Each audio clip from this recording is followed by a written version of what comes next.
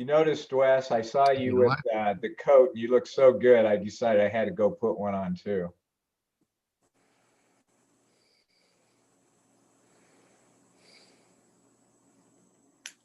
We're ready. Are we on? Looks like the live stream is up. I'm still updating. Yes, I'm still updating the town page, but go ahead and get started and everything will be up there. Okay, good deal. All right, so we got 3 meetings to go with. First one's the Timnath Development Authority. Melissa, can you call us to order? Yes, Chairperson Mark Sukup, Here. Commissioner Rick Collins, Here. Commissioner Aaron Pearson. I saw a wave. Yeah, I'm here. Sorry. I had trouble finding my unmute. Here. Commissioner Brett Hansen. Here. All right. Amendments to the agenda. Are there any, Melissa? None that I'm aware of. Okay. And this is unique. It says commissioner recusals. Is that just there for, I've never seen that before, but is it just there? Yeah, I think it's an auto populate that Okay. I probably need to just get rid of. Melissa, do we have any public comments on this? Not for We do not. TDA, no. Okay, thank you. Consent agenda includes approval of last minute and resolution approving intergovernmental agreement between Timnath Development Authority and Timnath Lakes Metropolitan. Does anybody have any questions on 4A or 4B? Okay, could you do a roll call vote, Melissa? I think you need a first and a second. Okay, could I have a motion to, thank you, to approve the consent agenda? So moved. Second. Second, we got him. We got first and seconds. Roll call vote, Melissa? Chairperson Mark Sukup. Here. Or wait, I approve. Yes. Okay. Commissioner Rick Collins, Yes. Commissioner Aaron Pearson, Yes. Commissioner Lisa Lake, Yes. Commissioner Brett Hansen. Yes. All right. Reports. Does anybody have a report? Okay. Business. Staff report on a resolution. Who's going to talk about this? I don't see a name on this one. Sorry. I will. Lisa. Okay, take her away, Lisa. So this resolution is to approve and appropriate the money for the Timnath Development Authority budget for the fiscal year 2021. We've presented this in work sessions various times since the spring, since the summer and fall, and we've since changed some of our assumptions on revenue and expenses, and those are outlined in the communication. One big key takeaway on this one is that the current projections still show that full utilization of loan proceeds will be complete in 2021 via the capital projects. So the total amount of the budget and appropriation is $24,145,354. And I'll leave that up for questions. I'd be happy to answer any questions you have. Is there any questions? Okay, doesn't look like it. Thank you, Lisa. Could I have a motion for resolution TDA 06? So moved. Do I have a Second. Okay, could you do a roll call vote, Melissa? Chairperson Mark Sukup, Yes. Commissioner Rick Collins, Yes. Commissioner Aaron Pearson, Yes. Commissioner Lisa Lake, Yes. Commissioner Brett Hansen. Yes. Okay, it's carried. Anybody have any other comments on the Timnath Development Authority? Motion to adjourn. Do I have a second? Second. Could you do a roll call vote, Melissa? Chairperson Mark Sukup, Yes. Commissioner Rick Collins, Yes. Commissioner Aaron Pearson, Yes. Commissioner Lisa Lake, Yes. Commissioner Brett Hansen. Yes. Okay. That meeting's adjourned. Melissa, could you call to order the Timnath Landing General Improvement District Board? Yes. Chairperson Mark Sukup, Here. Commissioner Rick Collins, Here. Commissioner Aaron Pearson, Here. Commissioner Lisa Lake, Here. Commissioner Brett Hansen. Here. Melissa, do we have any amendments to the agenda? No. Okay. Could I have a motion for the consent agenda? So moved. Do I have a second? Second. Okay. Could you do a roll call vote, Melissa, for the consent agenda motion? Yes. Chairperson Mark Sukup, Yes. Commissioner Rick Collins, Yes. Commissioner Aaron Pearson, Yes. Commissioner Lisa Lake, Yes. Commissioner Brett Hansen. Yes. All right. Reports. Does anybody have a report that they'd like to give? Okay. Resolution number GID-2, resolution summarizing expenditures and revenues for each fund, adopting a budget and purposes set forth herein for the district for calendar year beginning on the first day of January 2021 and ending last day of December 2021. Lisa. Thank you. This draft budget was emailed out to you on October 14th. There have been no changes since that draft budget was emailed to you. What this budget sets forth is $50,000 in general fund, which covers general and administrative expenses, and $1,522,976 for capital projects. I'd be happy to answer any questions that you have at this point. Does anybody have any questions? Okay, good job, Lisa. Could I have a motion for approving resolution number GID-02? So moved. GD-02. Do I have a second? Second. Melissa, would you do a roll call vote? Yes. Chairperson Mark Sukup, Yes. Commissioner Rick Collins, Yes. Commissioner Aaron Pearson, Yes. Commissioner Lisa Lake, Yes. Commissioner Brett Hansen. Yes. All right, resolution GID-03, resolution approving Whipley LLP engagement letter for audit services. Lisa. This is the audit engagement letter for the 2020 audit for Whipfly. The cost of the audit is estimated at $3,900, and the engagement letter is attached. Did anybody have any questions on that? I will say that the finance committee did take a look at this also, and they thought that they had no comments and agreed with the idea of the engagement letter here. I'd like to move GID-03. Okay, do I have a Approval. second? Second. Second by Lisa. Second. Could you do a roll call vote for that, Melissa? You're on mute. You're still on mute. Now you're on mute in the dark. Go ahead. No, my light just went off. Chairperson Mark Sukup, Yes. Commissioner Rick Collins, Yes.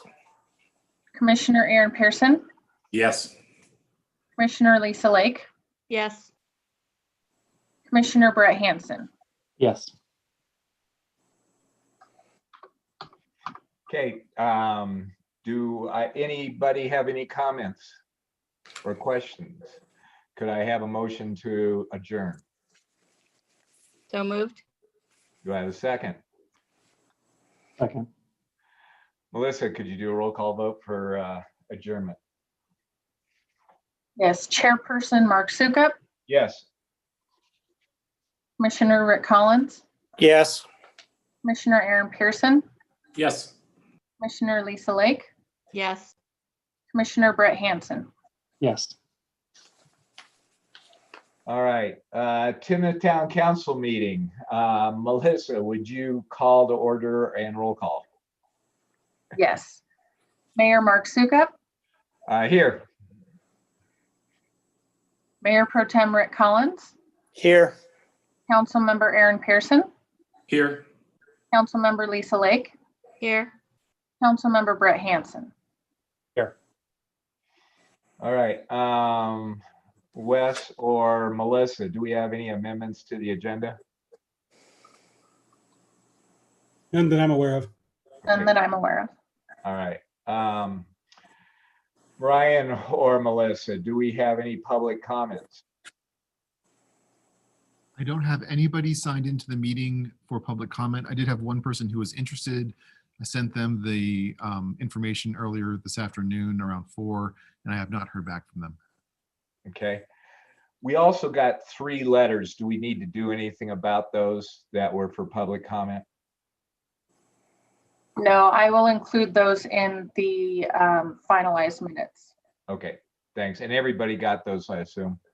Yep. And they're on one of the topics too. So I'll bring that up when we get to that. Perfect, Aaron. Thanks. Consent agenda, approval of the council meetings, resolution adopting the purchasing policy, which was brought to us before, and a resolution approving renewal of the intergovernment agreement between the town and the county on use tax. Does anybody have any questions or discussion on that? Okay, could I have a motion to approve the consent agenda? So moved. Do I have a second? Second. Melissa, would you do a roll call vote for that? Yes. Mayor Mark Sukup, Yes. Mayor Pro Tem Rick Collins, Yes. Councilmember Aaron Pearson, Yes. Councilmember Lisa Lake, Yes. Councilmember Brett Hansen. Yes. Reports. I'm going to start out on this because it's probably the most important thing. And that is, Wes, the council would like to thank you very much for the great work that you've done over the last 14 months. We appreciate it tremendously. We have all signed a letter to you that I think is worthwhile identifying publicly. And that is, it says, "Dear Wesley, as your term as interim town manager comes to a close, the town council would like to take this opportunity to thank you for your hard work and diligence over the last 14 months. Much has changed, and it's a large part thanks to your hard work and guidance. Timnath has greatly benefited from your leadership. You have helped orchestrate the smooth transition of a new mayor and council, managed to build on and solidify the relationships between Timnath and surrounding neighbors, navigated Timnath through global pandemic, and you've created a positive, committed town staff culture. Your energy and devotion to Timnath will be challenging to match, but you leave a better organization on firm holding than for those who follow you. With our sincerest gratitude, we thank and acknowledge you for your dedication to Timnath, the great things that you've accomplished in your tenure. We wish you all the best in your future endeavors, and we look forward to seeing what the future holds for you." Thank you so much. That's the best compliment you could give me. Great. We all sign that, and it will be on your desk tomorrow morning. We've also included some gift cards so that you can take you and your wife out to dinner a couple times, and we appreciate it. Very thoughtful. Thank you so much. How did I get this moniker? You kept talking about it. Hey, Thanks, Kevin. Wes. Okay, and Christine, are you here? I am. Great. Christine, we have prepared a letter for you also, signed by all of the town council, and that letter is in the mail.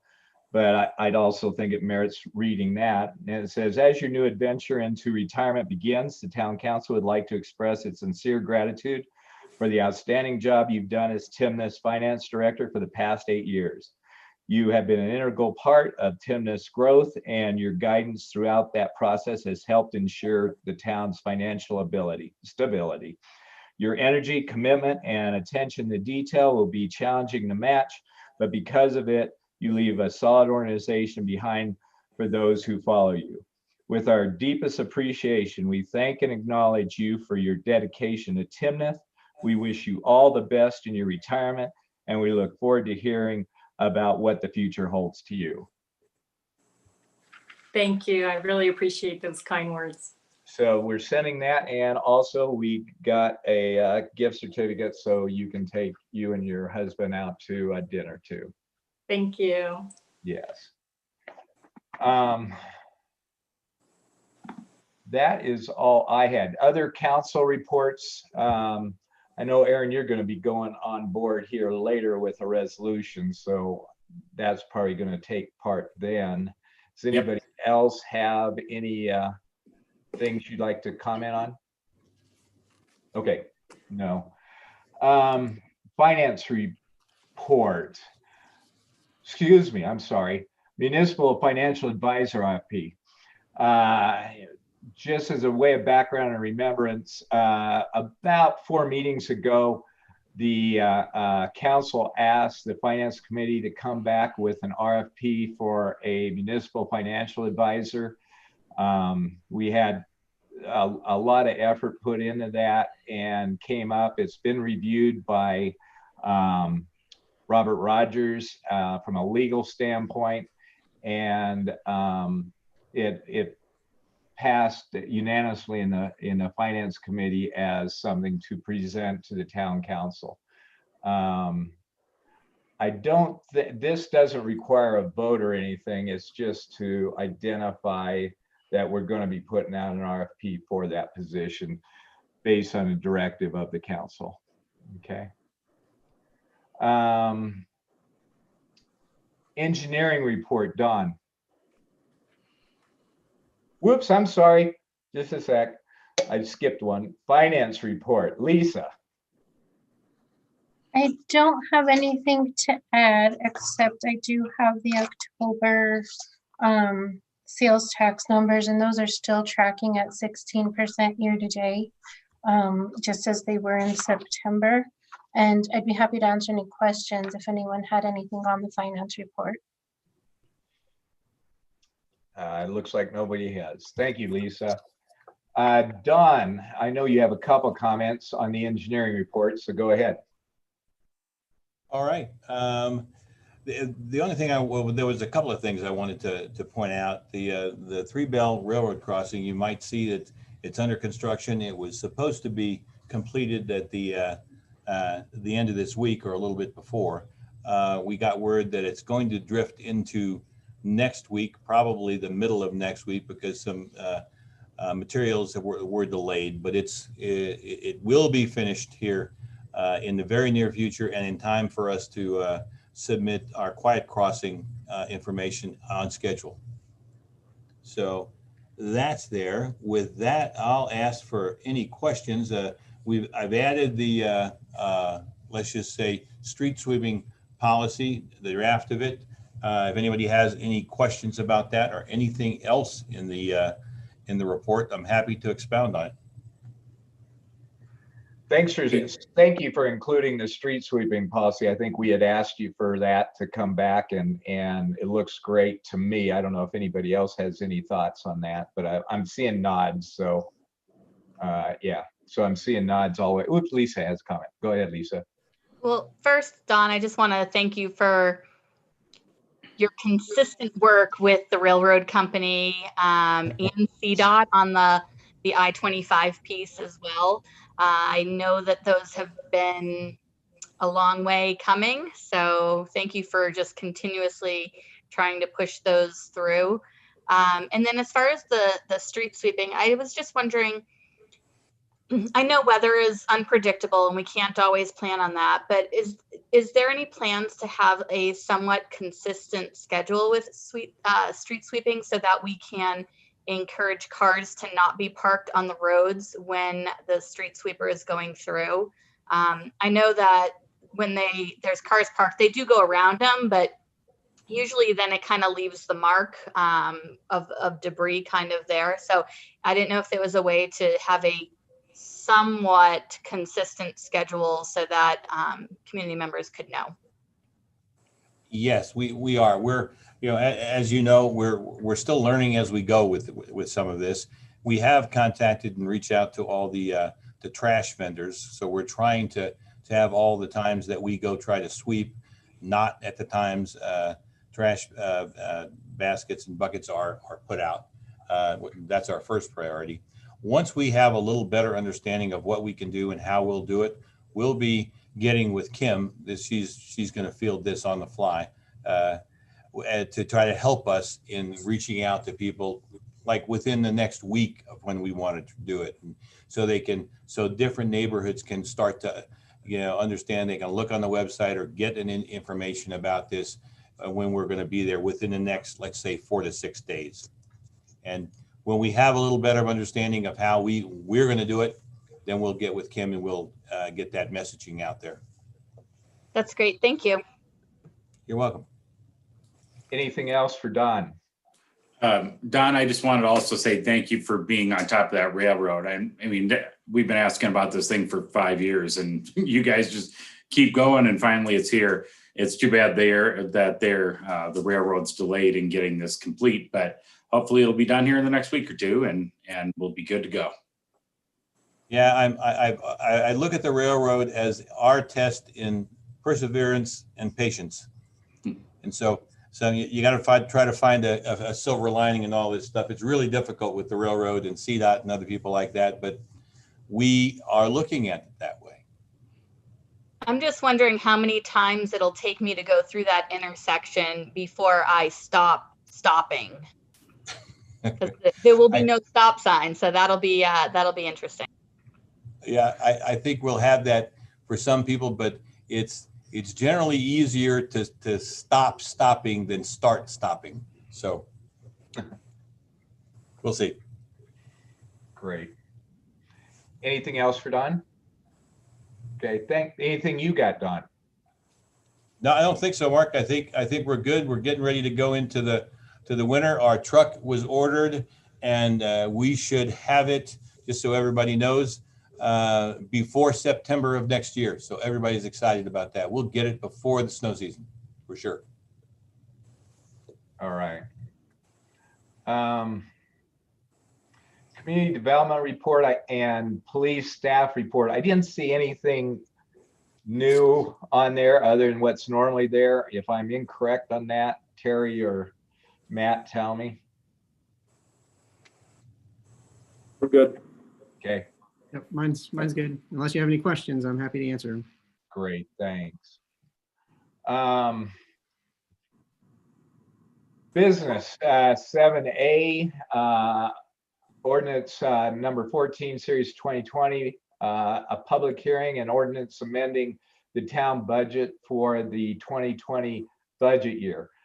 Do we open up a public meeting on this? Yes, Wes is saying we do. So I need you, Melissa, to open the public meeting. Okay, we'll open the public meeting at 6:30. I do not believe there is any public to speak. And if that is true, we will close it at 6:30. Okay. And then is this where we, Wes, do we then do a vote to finalize the town budget at this point, or have we already done that? No, sir, Mayor. We'll need to take a vote on that. So I think staff's available to answer questions. I want to say thanks to Lisa and Christine for spearheading this and for all of staff's time behind the scenes to roll up figures and all the presentation work that was done. This was a stellar effort by a great group of people. So I think staff's ready to answer any questions the council has. If there are none, I think you can take a motion on ordinance number 14. Okay, does anybody have any questions? Okay, could I have a motion to approve the budget? So moved. Do I have a second? Second. Melissa, could you do a roll call vote? Yes. Mayor Mark Sukup, Yes. Mayor Pro Tem Rick Collins, Yes. Councilmember Aaron Pearson, Yes. Councilmember Lisa Lake, Yes. Councilmember Brett Hansen. Yes. All right, going on to 7B, could you open the public hearing for ordinance number 15, summarizing expenditures and revenues for each fund? Yes, I will open the public hearing at 6:32, and there are no public comments or anybody signed up at this time. So I'll close it at 6:32. Great. Lisa, did anything change since the last time when we talked about all this on work session? Yes, there's a couple of things I'll just highlight for you. Okay, We did change some of the projections, mainly around 130 unit senior housing development that we had projected in 2021 that we moved to 2022. So that adjusted some revenue and expenses associated with building permit revenue, impact fees, and building inspection services. And then we relooked at the CIP and we adjusted and moved projects that we originally anticipated being complete in 2020 and moved those expenses into 2021. One other item I wanted to just touch on, it came up at the November 10th meeting and I didn't have the information to answer, but the total mill levy dollars that are collected between the TDA and the town is actually $905,000. 288 of that is in the town and 616,000 is in the TDA. So I just wanted to clarify that piece of information for you all. thank you. Does anybody have any other questions on the budget? Okay, doesn't look like we do. Could I have a motion then to approve the ordinance summarizing expenditures and revenues? So moved. So moved. Could I have a second? Rick will second. I'll second Rick. I'll second. We got it. We got it. Melissa, could you do a roll call vote? Yes. Mayor Mark Sukup, Yes. Mayor Pro Tem Rick Collins, Yes. Councilmember Aaron Pearson, Yes. Councilmember Lisa Lake, Yes. Councilmember Brett Hansen. Yes. All right, approved. 7C, resolution number 79, resolution approving levy to general property taxes for the year 2020 to help defray the costs of government. Lisa. Yes, this is just a resolution approving the mill levy for both Larimer County and Weld County. There's going to be no change to the mill levy. It's going to be 6.688 mills. Okay. Does anybody have any questions of Lisa? Doesn't look like it. Could I have a motion to approve the levy of general property taxes? So moved. Do I have a second? Second. Second. Okay, could you do a roll call vote, Melissa? I'm Yes, getting, Mayor Mark Sukup. yes. Yes, you are. Mayor Pro Tem Collins, Yes. Councilmember Aaron Pearson, Yes. Councilmember Lisa Lake, Yes. Councilmember Brett Hansen. Yes. All right. 7D, resolution number 80, a resolution authorizing construction of phase 1 of shoreline improvements at Timnath Reservoir. Brian. Thank you, Mr. Mayor and Council. I'm very happy to be here to present this project to you today. I do have a quick slideshow. I put together a rather detailed packet item. I apologize. It was about 40 pages long. There's a lot of information there. So I have a quick slideshow that's kind of going to move us through that a little faster than going through the packet. If you wouldn't mind just bearing with me for 1 second so I can. Hey, Brian, before you get started, Aaron, do you want to speak about the committee relationship to this whole conversation? Yes. So the newly formed PROS committee, we got together and talked specific about reservoir related items at our last meeting. I guess that was earlier here in December, or maybe that was in the end of November. But regardless, we talked about it. Our 2-hour meeting turned into 3 hours because we had a lot to talk about. The reservoir obviously is one of the crown jewels of the town, so we want to make sure that everybody's on board, and lots of differing opinions sort of are around that reservoir. But on this specific topic, while we were talking about what's happening at the reservoir and what's going to be happening at the reservoir, this construction of the shoreline improvements was presented to us and the committee, and everybody seemed to be in agreement that this was a necessary step in order to get further improvements later. Is that good, Matt? Yep, perfect. Thank you. All right, are you good with me jumping in, Matt? Yep. Okay. Let's see if I can keep it all together here. Oh, the reservoir has a big rock in it. Yeah, it's a big shoreline. It is. I first wanted to talk a little bit about the history of the project. So here is the Timnath Reservoir Master Plan. That master plan was approved in February of 2017. And we spent quite a bit of time. We did 2 different outreach meetings, and it did a bunch of other public input for this. So we kind of put this master plan together. And what I wanted to focus on is just kind of what the master plan entails, just very briefly. So there are a couple of things. There is an event space that you can see. That's our event parking and event turf area. And then there's an active recreation area that's right next to that event space, kind of between the boat dock and that event space. That's basically the majority of the improvements that we're calling for in the master plan.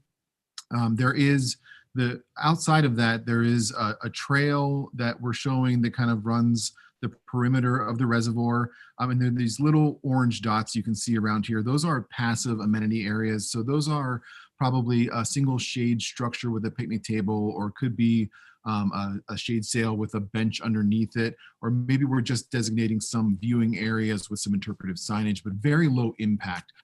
The goal here was to take the kind of the more naturalistic amenity of the reservoir and enhance that slightly for the majority of the property, and then focus in on the south shoreline with a blow up here that we've got that is really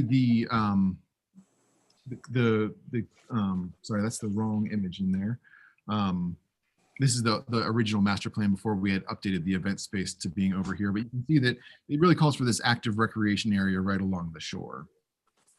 And that is really pavilions, picnic areas with shelters, a beach sand area, the paved trails, a turf area, restrooms, and then possibly some drinking fountains or rinsing showers. Here's a brief timeline of kind of what we've been doing over the last 5 years at the reservoir. So in 2015, we built a new ramp and the boulder wall installation. In 2016, we purchased the floating dock and had it installed. We removed the abutment, which was an old place where people, when it was the boat club, had tried to dock. That was built out of telephone poles and then backfilled, and there was a bunch of sinkholes in there and a ton of exposed metal that was rusting in the reservoir. And it was really, when we had surfs out there, it was deemed as a pretty significant hazard. So we had that removed. We did some repair on the boulder wall, and then we did a ramp extension in 2016 as well. In 2017, we did the master plan, and that really started at the end of 2016. We approved the master plan in February 2017, and then we rolled right into the first phase of improvements for the master plan, which was the event space and those parking areas that you see. We had that all done in time for the 4th of July in 2017.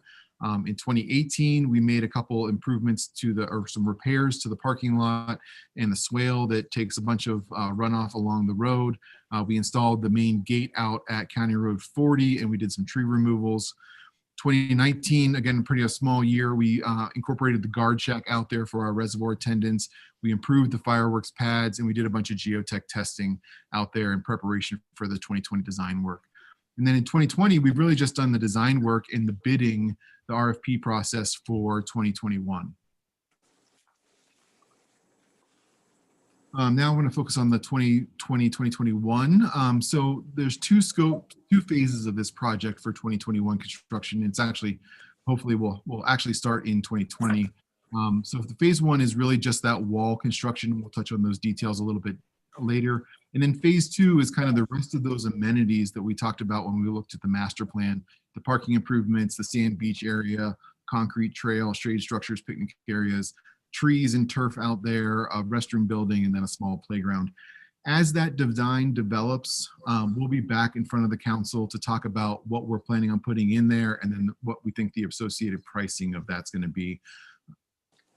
So no, we're not going to talk about that a whole lot more other than right now. And I'm going to focus mainly on the wall construction, which is the agenda item in front of us. Here's our proposed budget for phase one. So you can see that there is construction costs, the block purchase, materials testing, construction administration on that scope of work for construction, and then the design time for the phase two project. Those categories add up to $490,000. I'm asking for about 5% of those costs for contingency, for a total project estimate for phase one at $513,000. The 2021 budget that was just approved 2 agenda items ago had in $2 million for the 2021 construction. So this is the first part of that allocation of funds. I did want to note that both the construction administration and the phase two design is an hourly not to exceed cap. We're always trying to stay under those, but those are kind of what our estimates for the project would be. Any questions on the budget as I went through there? I had a question for you. Yeah. On these budget costs, I know on some parks and that we get money through grants or other trail things, and that are we able to utilize any of those kind of funds for this kind of project? Because it's not the day-to-day maintenance. That's correct. Operation. Yeah, we do have a couple different revenue streams for park development. One is the dedicated fees that are paid at the time of building permit, the impact fees. And then we also get some revenue from the county as part of the T-Rock, yeah. Quarter cent sales tax. Sales tax that goes into that as well. Yeah, we do. We allocate funds for these when the funds are going out. We try to tap those funds first and bring those restricted fund balances down prior to using any general fund dollars. Would this cover any of this for the blocking and that? Oh yeah, definitely. So it wouldn't come out of our general fund? No, we can use the restricted funds for this. Then the other one is, anybody approach the owners of that reservoir to see if they would be willing to shore up that shoreline with paying part of the cost? We have, Matt and I talk to the reservoir manager pretty regularly. Per the terms of the lease agreement, it's our responsibility to maintain that shoreline, especially in the areas that we have disturbed, where we built the boulder wall, where we have the abutment, and then next to our docks and that's pretty much the whole area that we're talking about. And Mayor Pro Tem, the reservoir company, their solution is recycled concrete, and they don't really care. Yeah, they don't really care about rebar and all those other things in it either. So they have plenty of that they're willing to put there, but we've held them off from doing that. How much has the town already spent trying to shore up that shoreline? We have spent. If you go back 2 slides, Brian, you have it right there. Yeah. Because when the wind starts blowing over there, you see those waves come right across it, going from the north to the south east, and water's a horrible thing to try to control. Yes, and so, so we additionally built that boulder wall in 2015 without any reinforcement on the back, and that didn't even last that full season. So we spent about, I want to say, I think it was about $18,000 on the actual stone, and then we spent about $12,000 having the stone installed. So it was about $30,000 for that initial boulder wall installation. Then in 2016, we went back and repaired that. We put a more engineered section with some geotech fabric and crushed rock behind it. And so that has actually lasted, probably about 3 years through about 2019 was when we started seeing those things really start moving again. And that exactly is the reason why we're requesting the funds for this, the wall project, because this is a structurally engineered gravity wall. And then we're setting the top of the wall elevation high enough so that about 60% of the waves will not over top of that. And then any of the waves that do will actually run downhill behind the wall into a drain that will take it below the wall, as opposed to kind of coming over and scouring and eroding that material behind the wall. Has anybody put together, Brian, sort of a log as far as how long, how many months during the year this is available to the public without the water going way down or the smell going way up?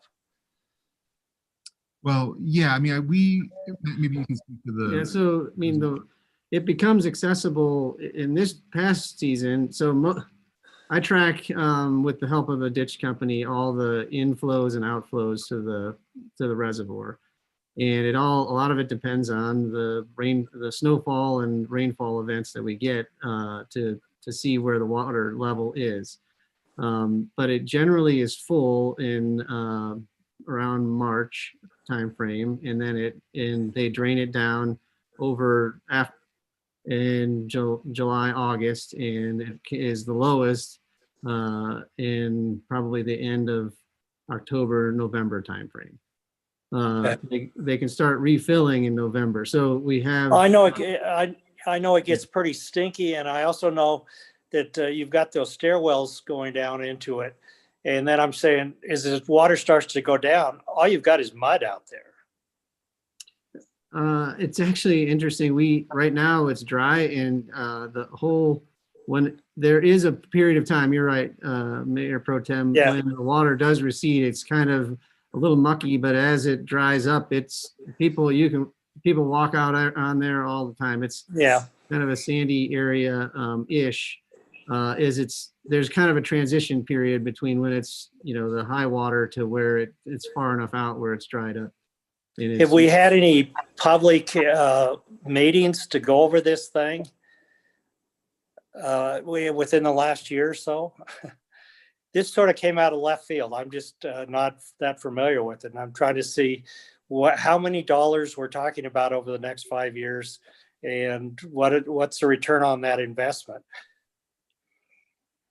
So in the CIP, Mayor Pro Tem, we have $2 million in 2021, I think 100,000 in 2022, and then another $1 million in 2023 that was approved just a little. I mean, the CIP in concept for the 5 years was approved, but the next year, 2021, was approved just right. ago. But those improvements, I believe we discussed it a little bit at our CIP work session. And we kind of outlined what's coming at a higher level there. Tonight, Brian wanted to give you a little more detail as to where our intent is. And considering that we did get the lease extension with the Reservoir company, we felt like these improvements is a good investment, because they're going to last with this new wall. It's going to last us that duration at least, hopefully. And things will wear out. It's a water interface, obviously, as you mentioned. So there is the potential of this thing kind of eroding over time and needing to be shored back up. But it may even happen within that 20-year window that we've kind of added on to this into our. Right. And again, I'm not criticizing the project. I just don't know enough about it. And sure. I assumed with the CIP that come next year, we would start looking at this thing and trying to determine exactly what it is and let the public know what it is and get public input. I have neighbors here with boats that complain to me all the time that they can't get on. And our hope, and I'll talk about that a little bit in the policy discussion, but our hope was, since the water level is so far down, and this is the prime time for us to make these improvements. We just, we have this, it's a kind of a off-season improvement. So that was what we were kind of targeting. Again, I'm not criticizing. I'm just saying I find it weird to be doing this in December. Yeah. This is a project for next year in my mind. But well, you can that's see enough. You can see on this on the slide here that you can see how far that water level is out. This is probably taken about a month and a half ago. And on November 1st, they start filling the reservoir. Now, it's a very slow fill for them because they're taking water out of the Poudre River. But they are in the process of filling.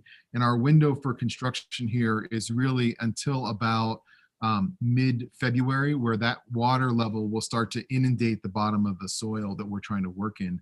Let me just jump quickly to the next slide, which is the section of the wall. You can see here that there are two, this is kind of that shoreline level. So this would be on the reservoir side. So this is the base elevation of the reservoir. You can see that there's 2.5 blocks basically buried below that level.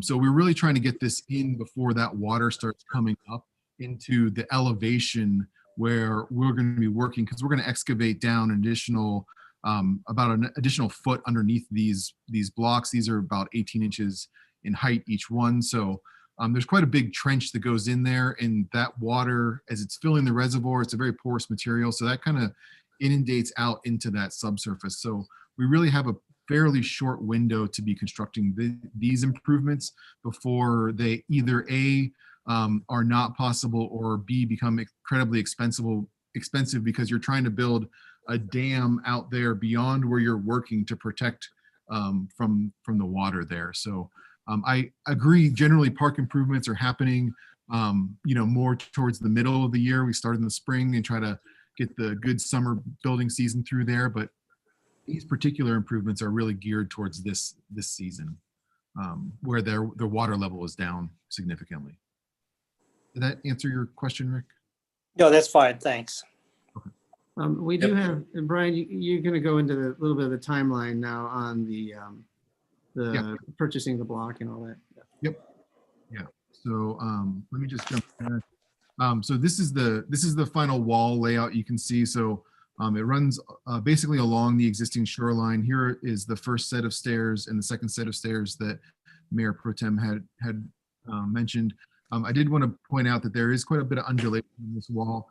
As we were out there kind of field fitting some of this stuff and talking with contractors, we really wanted to make sure that we allowed enough space to protect. There's a couple of very significant cottonwoods. There's 2 right here and 2 right over here. We wanted to make sure that we weren't impacting those root zones or impacting them as little as possible without modifying the shoreline too much. So we did kind of belly the wall out there to keep those mature trees. And really we're just kind of covering this about 560 feet between where the wall termination is, where that riprap is really holding up, and then coming all the way down to our boat dock. We can come back to this section if there's anybody has any questions, but these are very big blocks. That base course block is 60 inches deep by 4 feet wide. So it's a 5x4 block, 18 inches thick. So that the gravity weight of this, it's called a gravity wall, and really the weight of these blocks sitting on top of each other really holds the whole wall together. So you can see as we go up, we get to a slightly smaller brick block. These are 42-inch depth, and then the top is a 28-inch depth. And then we do have a 3-inch cap that goes on top of there to kind of clean up that look. Here's what we're looking at for the phase 2 concept drawings. Now, you'll notice that there's a couple of things in these drawings that are not applicable to the final wall design. Specifically, we have 1, 2, 3 sets of stairs shown here. We simplified that in the final wall design to be 2 sets of stairs. But this generally gives the character of what those improvements are going to look like. Improvements to the parking, getting it more organized, turf areas with shade structures, a beach area behind the retaining wall for sand volleyball or other beach activities, a restroom structure. Now, I'll be clear about the restroom structure. It's not going to look like what we have at the community park. This is going to be a natural areas type of restroom structure. There's no sewer service anywhere near this, and bringing water and sewer out here is going to be very cost prohibitive. So, but it's easily maintainable, and we'll get a good maintenance schedule on it. So there's not going to be any problems with it. A small playground area, and then we've looked at a larger pavilion. I'm not sure if it's going to end up in that location or maybe another one. Again, we'll bring these plans as they're developed back to the council for feedback. And I think you made a great point, Mayor Pro Tem, that we should probably have some outreach about these phase 2 improvements, just to make sure that we had a long conversation with our pros committee, but I think we ought to reach out to the actual general town residents and try to engage them on the programming that we're including here. Yeah, Brian, see, even on that pavilion, if it's turned the right way and it's located the right way, you could take advantage of having some concerts down there, like they do at the Windsor Lake, kind of deal. But I just feel like I'm being rushed on this project. Well, and none of this phase 2 stuff that we're looking at right now is not part of what we're approving today. All we would be asking for approval today is for the block wall. Yeah, but see, we've already got $1.6 million prior to this into the project, over $1.6 million. We're getting ready to commit another 500,000, and then need to know what's our end game on this thing. And that's where I'd like to get public input, and then also use any leverage there to be able to say, okay, let's really seriously look at what we can do with boating and those kind of things that are creating heartache, where we have such limited hours. And that it's a pretty expensive project for that. Can I jump in here real quick? Yeah. So, well, with the pros committee, we plan on putting together some type of community outreach survey so that we can see where our dollars for the pros should go. So as Brian said, we're putting the cart a little bit ahead of the horse on this phase 2 concept, because we're not voting on that today, just getting the rest of the improvements so that we were able to improve it out there. Going back to the last survey, the reservoir use was pretty high on people's list. And I know that the calls that the staff gets, people are very interested in the reservoir being upgraded to be a really nice park for the town. So we have this totally in the reservoir, or in the pros committee's bullseye, to be targeting in on what we want to do there, and then reaching out to the community so we can get output to make it the best that we can have it. And I'll just tag in. Thank you, Councilman Pearson. I'll tag in that we put the wall in a place, Mayor Pro Tem, in a way so that it wouldn't impact those future improvements. So it's set up so that we can work behind the wall. We want to shore up that edge, create that line, and then we can work behind the wall and actually start to focus in on those amenities for the users that are out there. The more time that goes by, the more erosion that's happening, and it's actually we're going to be spending more money to try to chase that back out. So the hope is that we get this first effort done, this wall in, and then we can kind of take a breather and give you guys a lot more information, get the pros committee involved, and get a public survey, and then come back with a really solid phase 2 plan for you to consider. Brian, do you have more slides? I have 3 more slides. Would you please go through them? Sure. So I just wanted to recap our phase 1 and phase 2 RFP process. When we were doing the RFP process, we wanted to make sure that we were including both the scope of the wall and the scope that we were looking at for phase 2. So we did have them look at both of those scopes in their proposals. We issued it in early November for a construction management general contractor team. We had a great meeting on site where we had about 9 companies that were interested. We ended up only getting proposals from 2 of them. I think part of that was just the specific timing of that wall construction and getting it into their schedule. Based on the criteria in the RFP, we scored Mountain Constructors at an 80.5 and ECI Site Construction at a 94.5. There was a couple of discrepancies in the Mountain Constructors proposal that I think caused that score to drop a little bit. ECI then, they also had the lowest price on the actual work performed, and then the lowest markup on that work as well. So we're recommending award of that contract to ECI. Quick timeline. We do want to get that order for the block placed as soon as possible. They do have 65 to 70% of the block that we need in stock. That other 30 to 35% is going to need to be fabricated. They'll be able to start delivering block in probably mid-December. And then ECI will start that wall construction. They got about 2 weeks of work before they'll start building the wall, and then we'll coordinate that so they can keep moving through the wall construction instead of having to stop and start if we're looking for additional stock on the block. All that block can be fabricated and delivered by the end of January, and we're thinking it's about an 8 to 10 week total project completion. And then our next steps post phase 2 is the design and pricing for phase 2, then the design and pricing for future phases. I think all of these places are great opportunities for us to engage the public on those items.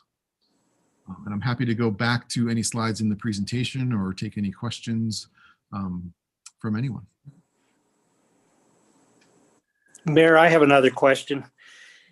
Brian, I just want to ask you again, on the block, who takes the risk if that block starts settling? That reservoir's been there a long time. Does the town take all the risk here, or what kind of risk does, if it just all settles and it doesn't work, what's our end game? What happens? Well, that is our risk. How we have done geotech testing out there to understand what the soil conditions are.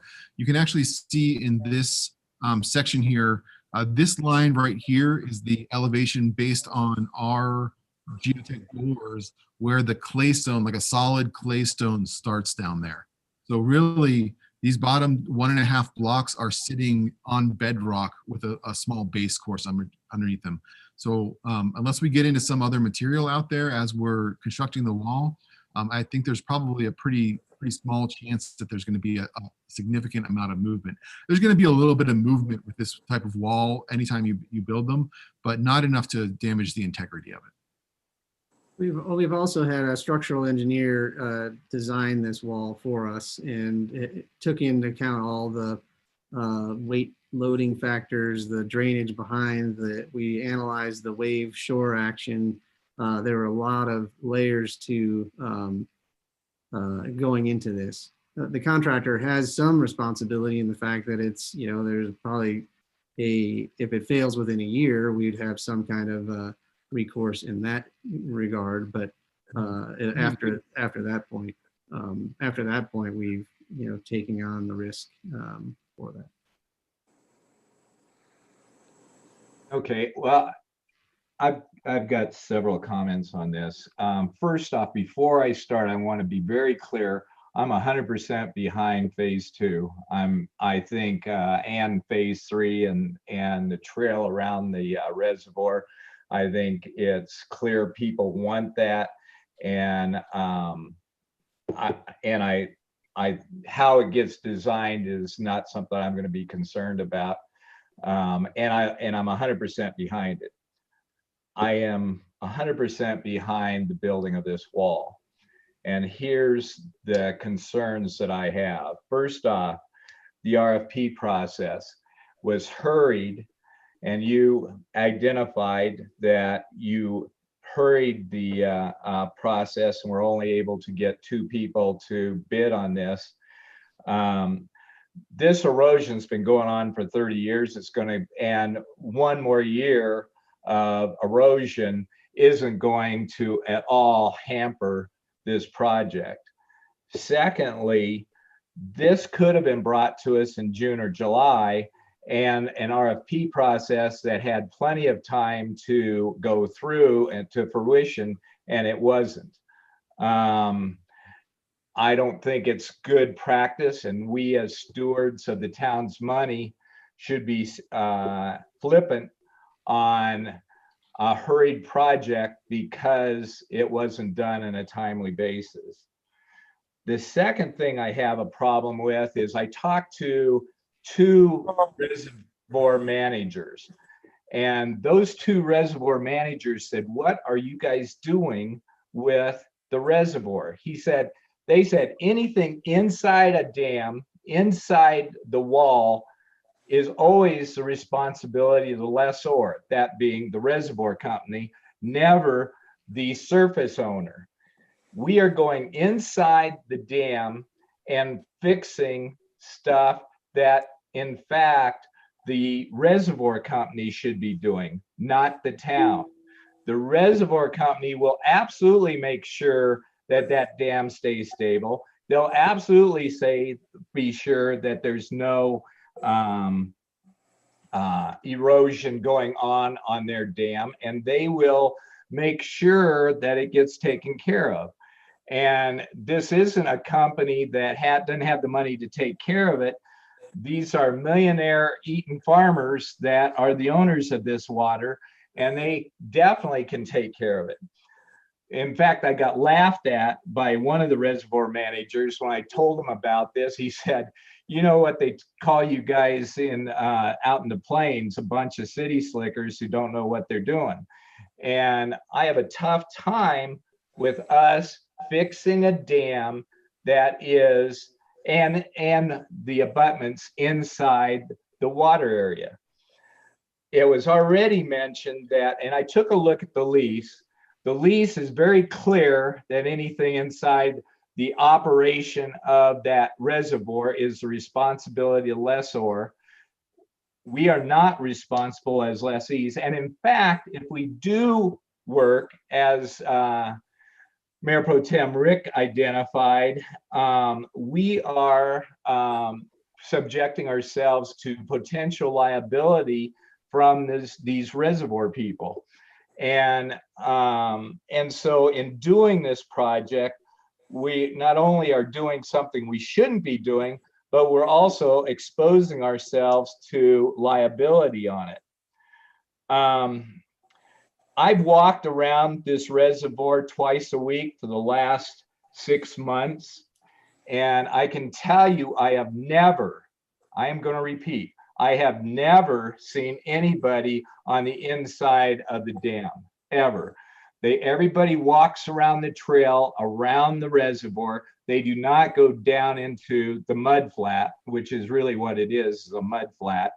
And to build up a mud flat makes no sense. Now, if you'll go back to, would you shoot your slide where you're showing the potential phase 2, Brian? I think it's the next, yeah, right there. The idea of this is outstanding, except for the beach island area. And that beach island could be easily moved back so that you could easily have the sand that's going on. You're going to have a wall there. It doesn't make a whole lot of sense on why you're going to build up a beach island right there and spend $500,000 to do it. The rest of this, which is going to be in the $1.4 million, I think is outstanding. I think the town says it's outstanding and would agree with it.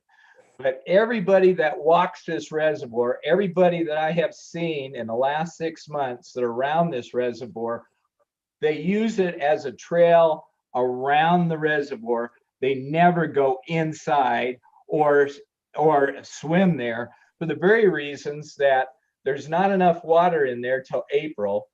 And then you either have algae or no water going in the 1st of July. So it's not a desirable place to sit there and go.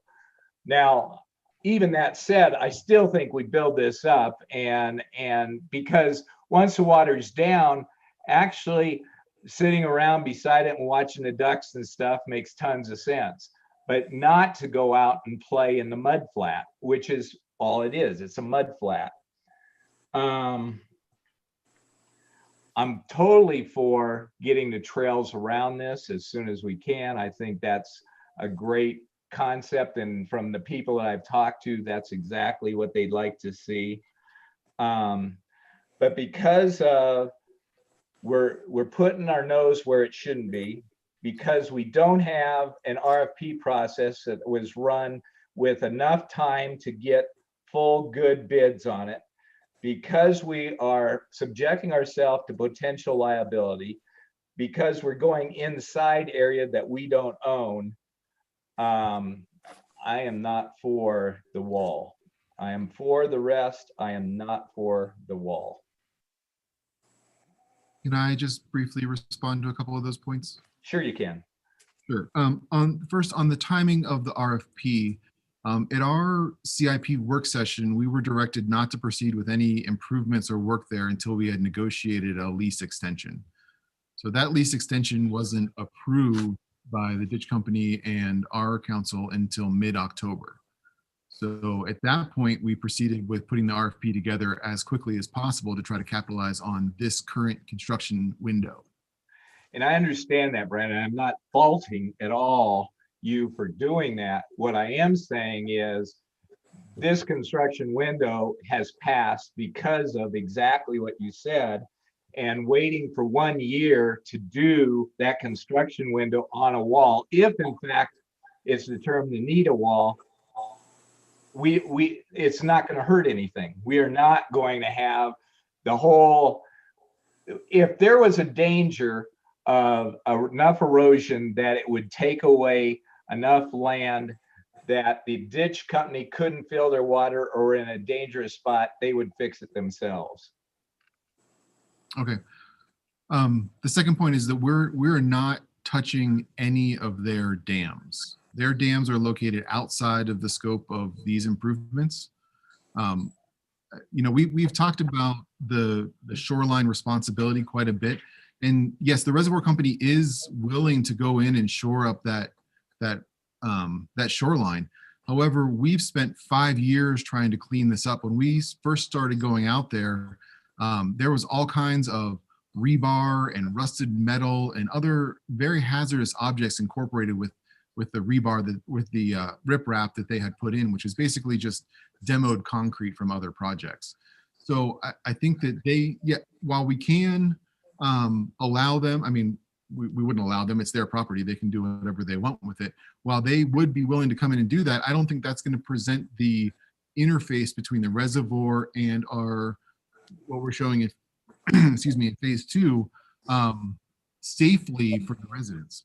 So actually what you just said underscores exactly my concerns, because we haven't had the opportunity yet to do is sit down with the Eden farmers and say, look, it's going to cost you $200 or $250 to put in the riffraff that you're going to put in.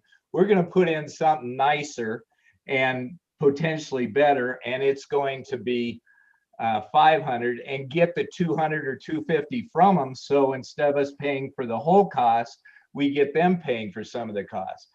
And even with that, I'm not sure that this is the right plan. And I'd like the council to go out and see what you're talking about and see the wall that you want to put up, because unless I'm sorely mistaken, which I could be, but unless I'm sorely mistaken, I don't see the retaining wall doing anything better than what we could do if we move this whole back 10 feet, 10 yards, whatever it takes, and just slide it back and have exactly the same thing and not worry about the erosion part of it. Go ahead. Mayor, can I make a Yes, comment? absolutely, Lisa. Sorry, I can't. You don't show up on the deal, so I'm sorry, Lisa, if I ignored you. You're fine. So one, I just want to say is that it shouldn't be a surprise. This was brought to us back in at least July when we were talking about all the capital improvement projects. It very clearly stated that it was planned for the fall and winter, and that part of it was related to shoreline stabilization and shoreline improvements and all of that kind of stuff. So as far as it being a surprise and a rushed project, I don't necessarily agree that that's kind of what's taken place, because I do feel like we were told about this many, many months ago. And I think if there's something that, if let's say we're looking at phase 2, for example, which I know we're not voting on tonight, but in order to get phase 2 done, is this wall, Brian, a requirement or something that would be strongly encouraged to do in order to move forward with some of the other projects that we would like to do with the reservoir in the future? I think so. I would not feel comfortable making the kind of investment that phase 2 would require without being able to somehow have a plan for how this stabilization is going to happen on the shoreline. The second piece is that the construction of this wall is fairly, I mean, it's a big project. They're going to be digging a trench that is probably 8 feet wide and, from the reservoir shoreline side, about 6.5 feet deep. So I wouldn't, for them to be trying to work around other improvements that we've made as they construct that, I think that is going to be extremely challenging. So then we start looking at, well, what can we phase in without doing the wall, still leaving enough space for them to be able to construct it or protect our improvements that we're making. And then you can't really approach that interface with the water. You can't really get that close to the shoreline with these improvements. I mean, I would say that I wouldn't be comfortable putting in on this phase 2 concept plan really anything beyond to the shoreline side of this concrete walk, just basically because everything that you'd put in would end up getting damaged or destroyed as we build any kind of other shoreline improvements there. Okay. And see, that's the issue that I have with it is pull it back 10 yards. So what? But Mark, aren't we going to have the same erosion problems 10 feet back or 10 yards back that we would with this? But it's not going to come into the point of the concrete blocks. I'm So what are we amazed. going to have in the place of that? Just dirt that gets eventually eroded away? And we were giving. It's not going to get eroded away because eventually it's going to get fixed. And secondly, so what if it erodes back? All you have to do is move it back. You're going to tell me that this is going to erode 10 feet in the next 20 years? There's no way in hell. No, it's eroding at feet per year. Yeah, and I also think like we were as a council, when we went through all of the budget work sessions, this was very clearly one of the things that was in there as something that needed to get done in order to do all of the things that we wanted to do. So I don't understand why it's coming as such a shock right now when, I mean. Lisa. Yeah. The part that's a shock to me is the work that has been done by the engineering team and that to put in these blocks. And I had no idea that it was even taking place. We go over the CIP projects very quickly when we do it. We don't look at detail, and we have left the public out of this. And I would say the public needs to be brought into this because I don't want to say the public needs to be brought into how we're going to shore up a shoreline. Rick, I'm looking right now. How it all fits. Aaron, we aren't bullying here, okay? How it all fits together. No bullying. Your comments are totally welcome, Aaron. No bullying. Rick, I'm looking right now at our agenda from back in July, on July 28th, and it very clearly stated potential program includes shoreline stabilization. It talks about issuing an RFP, shoreline improvements. And so the public part of it, I do think that. No, Lisa, get there. Lisa, I totally agree with you, but shoreline preservation, for you, it might mean blocks. For me, it means move it back 30 yards. Okay, that's fair. And then my 30-yard move back might only cost $50,000 versus $500,000, and we don't know if this $500,000 is going to work. If we put in a block shoreline for, let's say, 3 football fields, what happens with the 2 ends where the blocks stop? Does that start eroding on those 2 ends? And then is somebody going to say to us, you've got to extend your block wall because see what you're doing to our reservoir? you see what you're doing to our shoreline. And then all of a sudden we're going to be saying, oh yeah, we'll probably have to extend another 100 yards on both sides. I don't know. I'm just saying it just seems rushed. And I totally agree. I agree with what Aaron's saying. I think I agree with Mark and you. We all want this park over there, but I think that people need to know what they're buying for that money. And tonight I can't say I know what they're buying kind of deal. I still am not sure if my answer was that it comes out of park funds, restricted funds, or if it comes out of our general fund. Well, and Brian can probably answer that. I believe he said that we can use some of the restricted funds. Yeah, some, but I don't know what that means. I don't know if that means a third of it's going to be restricted funds, so we can only use on park development anyway, or, it just how it all fits together. I was sort of surprised to see it on a December agenda. As far as the budget, I can speak to that. I do have it forecasted to utilize all parks impact fees, so all restricted, no unrestricted, for the 2021 expenditures. What does that leave us, Lisa, for other I funds that are don't, unrestricted? I don't know. I'll have to take a look at I that don't know. exactly. I don't know if that shoots our whole budget for parks and putting up a wall. So I do want to just call attention to the scale on the drawing that's in front of you. You can see down here that this first block here is 25 feet. So moving this back 10 yards, 10 yards is pretty much where that path is going to be. That's about 30 feet back from the existing shoreline. This road is at the toe of a significant slope here. You can see there's a large drainage swale that runs along that catches that, because we were having a lot of erosion control problems in our parking lot. So the actual area that we're talking about here is quite limited. So if we talk about moving that shoreline back, it's really going to limit the amount of space we have for the programming elements that we're talked about. Brian, do you have anything else to add? Can I add something? Yeah, Matt? Matt? So you mentioned a couple of comments about the user groups and the mud flats and those types of things. I will say that our numbers of non-motorized boat permits, so they've gone up to, there are over 400 actual boats that are non-motorized that have a sticker on them to put in.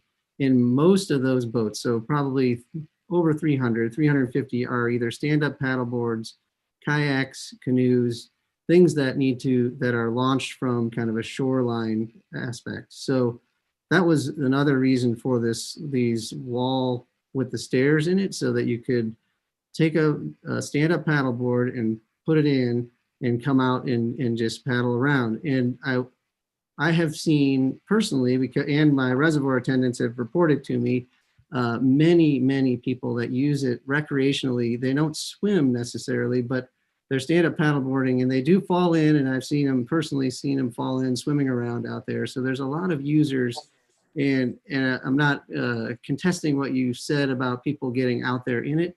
I'm just saying that we have some data on that to back up that people do use this shoreline as a non-motorized and recreational aspect in those 3 or 4 months that are the prime time. Okay, thanks, Matt. So let's go around and have everybody make a final comment, and then we'll vote. So Aaron, would you like to start? Sure. I certainly wasn't trying to be a bully, by the way, just Thank trying you. to get my point across, because everyone was sort of doing their grandstanding. So I think that this is a necessary improvement to move on to phase 2. This was something that I know I saw this original plan back at least 6 months ago, and I believe it was at a council meeting. So I know it was before the pros committee that I saw this. So I know this has been on the radar for a long time. I think we need this to get to the next set of improvements that everybody wants to have done by the town. They want to have this done. So I think we need to spend the money to get this done. Rick? No comments. Lisa? I just want to say I kind of agree with what Aaron just said there. This to me is kind of that putting that infrastructure in place before we add all of the other pieces that that we're kind of thinking that we're going to end up putting there. I do think once we get to that part though, Rick, I do think that will be important to get community input to find out what those exact features are. But I think regardless of what they are, they're going to need some kind of stability infrastructure in order to make those things happen. Brett. I did want to ask one clarifying question there to Brian or Matt. So we were talking about the responsibilities of who has responsibility for dealing with the erosion over there on the shoreline. And you had mentioned that it was your understanding that our lease agreement said that we needed to be responsible for any erosion caused by our use of it. And I'm not sure I understand exactly how, like my understanding is this erosion is just being caused because there's wind and there's waves and the reservoir is there. Is there something that actually makes this our responsibility specifically? Well, so there's two areas of the shoreline where we have already engaged in working on the shoreline. So the first area is where we removed the existing abutment there. And the second is where we installed the boulder wall. So those are places where, we've already started touching that shoreline, and I feel like there is some responsibility for us to cure that. However, I think that the reservoir company would be willing to, kind of at their normal method of operation and just kind of dump these giant chunks of concrete out there to stabilize that. But I think I don't think that's necessarily the look and feel that we're trying to achieve in those areas. Okay. Well, and it doesn't. Just to jump in for a second, the other thing that we've done a lot of. We're trying to sort of wrap this up. Let the council make their comments, if you could, please. Sure. Okay. And then, so we kind of established, I mean, for me, I'm trying to weigh between, what do we get out of trying to wait and take more time versus, is it time to just move forward with this? I think my feeling is that there has been a lot of work done to try to study this erosion issue, to try to deal with it in more cheap and economical ways. It does seem to make some sense to me that it's time to put a bigger fix. And I wish we weren't, like, I kind of agree with Rick. I do feel like some aspects of this feel a little bit rushed. I mean, that's what comes across to me when I read the staff report, that, it's right in there that we think maybe some of the bids didn't come in because of the rush. But,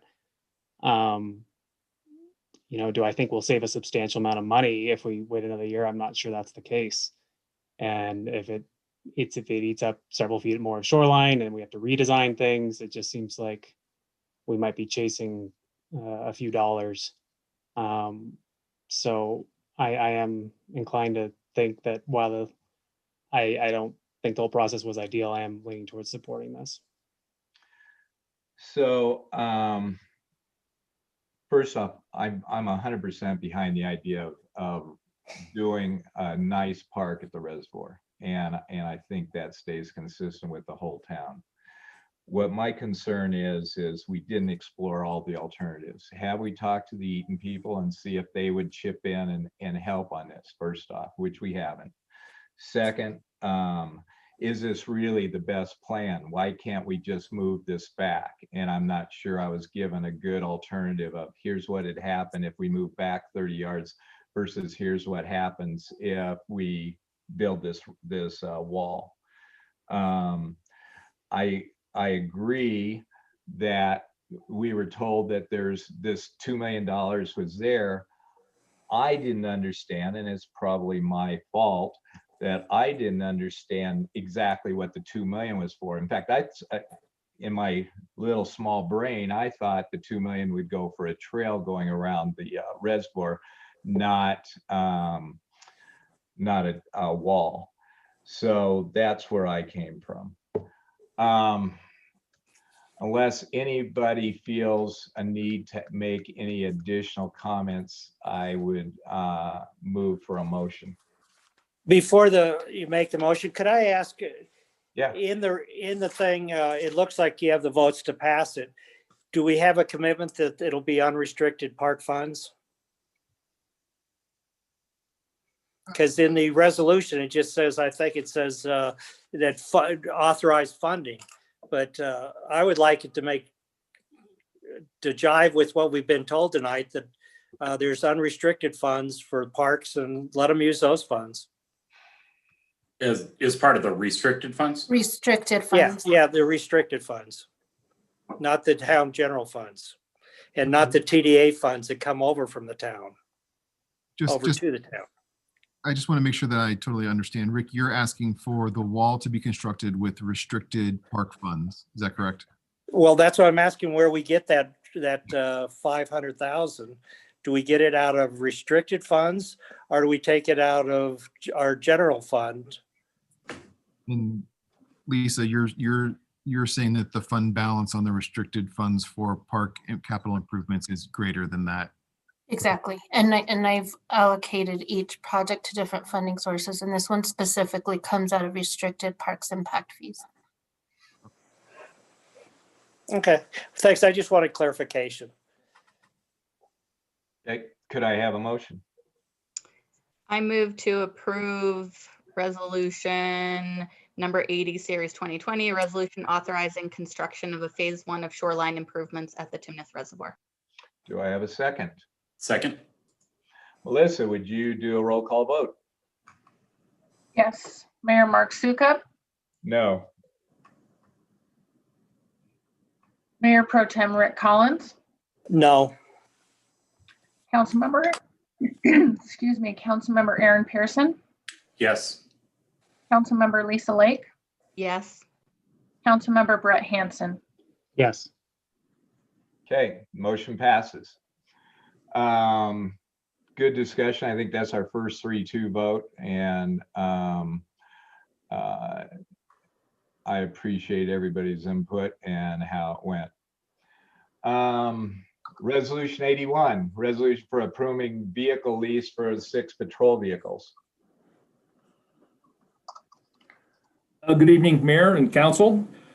What we're requesting this evening is for the approval of the town to enter into a lease purchase agreement for up to 6 police vehicles. This will accommodate new hires that come on the department as we continue to grow towards our 24/7 coverage, as well as vehicle replacement. We have roughly 3 vehicles that are scheduled to rotate out of service.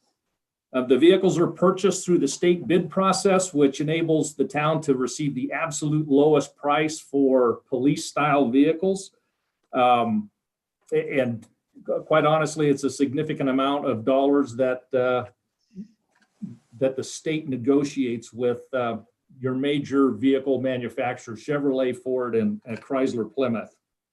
The advantages will be the number of officers that we intend on hiring. Right now, we're at 11. In 2021, we are slated to hire 4 additional officers. And then in 2022, 5 officers more, which will bring us to our total of 20, which is what we're working towards. So we're seeking the approval of council to have the city manager enter into a lease purchase agreement for these cars. And I'd be glad to answer any questions if I can. Great. Questions? No questions? Do I have a motion? So moved. Have the number in front of me. Okay, do I have a second? Second. Okay, Melissa, will you do a roll call vote? Mayor Mark Sukup, Yes. Mayor Pro Tem Rick Collins, Yes. Councilmember Aaron Pearson, Yes. Councilmember Lisa Lake, Yes. Councilmember Brett Hansen. Yes. All right, it passes. You're still up, Terry. Resolution. Yep, thank you. 2. Thank you, Mayor. This resolution is for the purchase of 17 portable radios. Portable radios are the handheld devices that officers carry when they're outside of their car.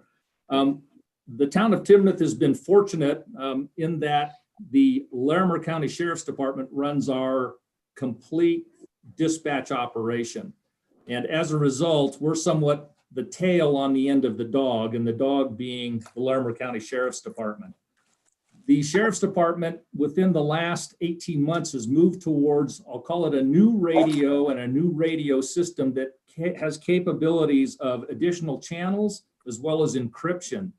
Our radios are old enough that we cannot update them adequately in order to facilitate, well, we can still communicate with the Sheriff's Department, but we don't have the robust, I would say, technological advantages that the Sheriff's Department currently has. Police radios are somewhat like cell phone technology, although cell phone technology happens far, far more frequently. We've been on this radio system since roughly 2008. The portable radios are replacing our older, outdated radios, which can no longer be programmed to meet the standards of secure communications with the Sheriff's Department. And we want to continue that effort. So what we're asking for essentially is a complete repurchase of radios for our department in order to maintain the technological advantages that the Sheriff's Department maintains with their radio system. So the ones you've had since 2008? Some of them are newer, but the technology is from 2008. Okay. In fact, it's probably prior to that, Mayor. I'd say that you're in need. Do we have any other questions for Terry? Melissa, let's see, could I have a motion to approve? So moved. Do I have a second? Second. Okay, Melissa, would you do a roll call vote? Yes. Mayor Mark Sukup, Yes? Mayor Pro Tem Rick Collins, Yes. Councilmember Aaron Pearson, Yes.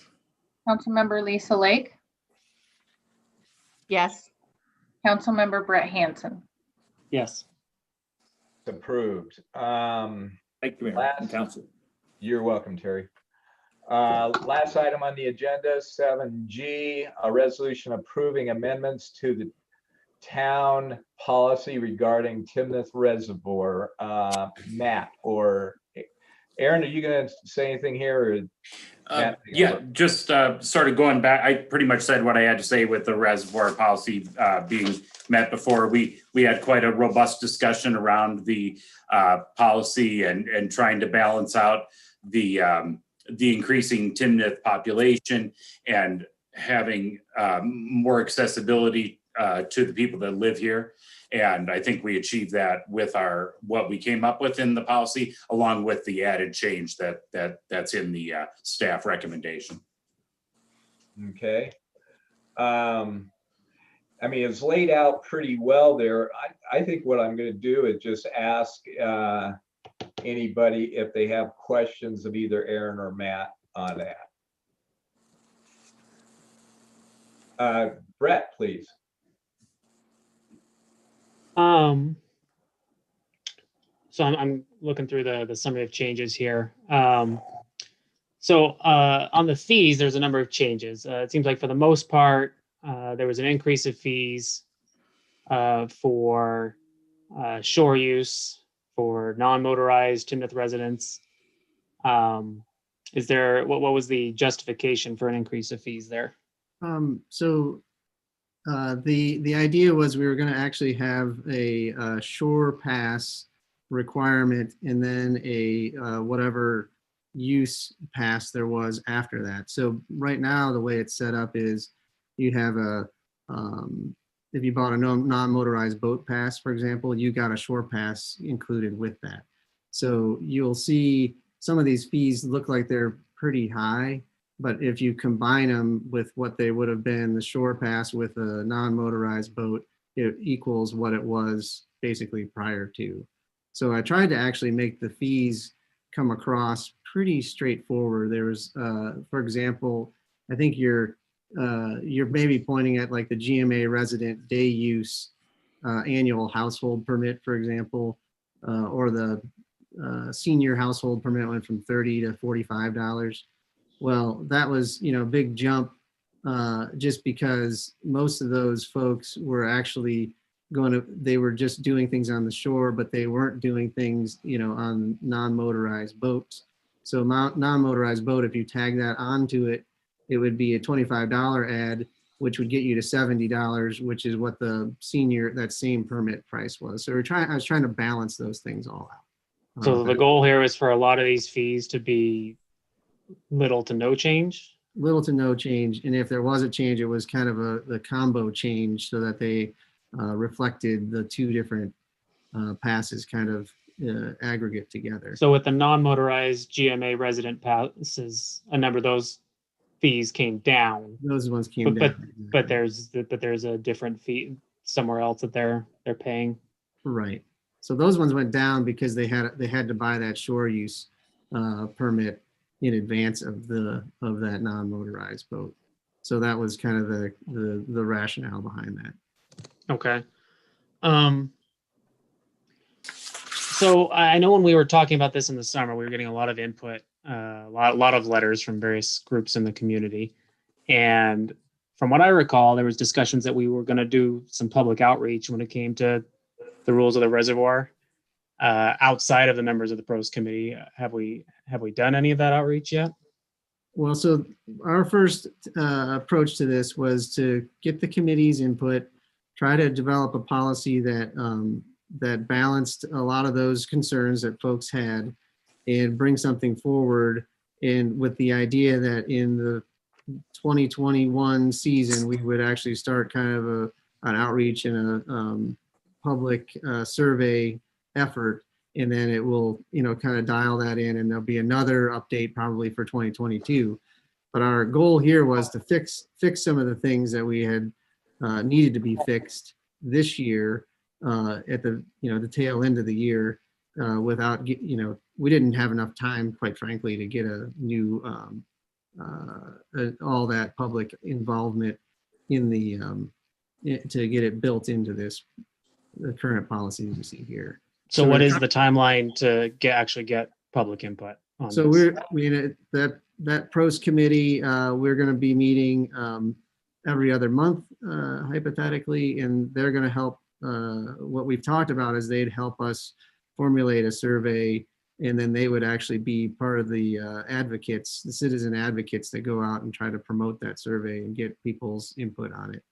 So it would probably be first or second quarter of next year, and then with an idea that we would kind of round that up probably third or fourth quarter and bring back another policy update.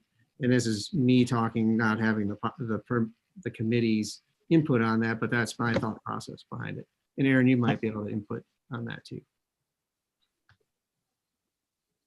Yes, I know we plan on having some outreach with folks on this.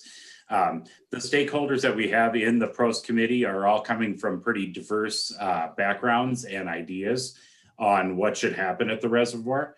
And just so everybody knows, it's a challenge in balancing out the motorized boaters compared to the people that are in there for bird watching or for non-motorized boating or paddle boarding. Because paddle boarding, when the motorized boaters out there are not very good, as one resident said, that a lot of those boats usually create quite a wake, and it can disturb the other people. So it is a real balancing act on how much should be allowed in as far as days or times of day. But I just think that that public outreach seems to be the most critical thing, because rather than any group of 5 or 10 or 20 people trying to figure it out, let's just get the community's input, and then we just have something we can point to if this is what the community wanted. And then Sure. That kind of settles, I think, most of the arguments. If 500 people don't want an increase in the boating days and 50 people want an increase, that kind of ends the argument one way or another. yeah, and I think originally, if we would have had our town survey done, those were certainly going to be questions asked in that town survey. So I think the pros committee is planning on doing an outreach of their own just for park and rec related items, and this will absolutely be a topic of conversation on there. So Okay. Aaron, Now we did. I was going to Go for it, Mark. your own with the same thought and asking Aaron. So Aaron, do you are you anticipating like doing a survey, or are you anticipating like a town meeting, or what did you sort of anticipate it looking like? I anticipate it being sort of a combination of a survey that we would do, online, along with some open house opportunity for people to come in and speak directly. It's a little hard with the open house these days with COVID, but we can probably work something out coming into the spring, hopefully.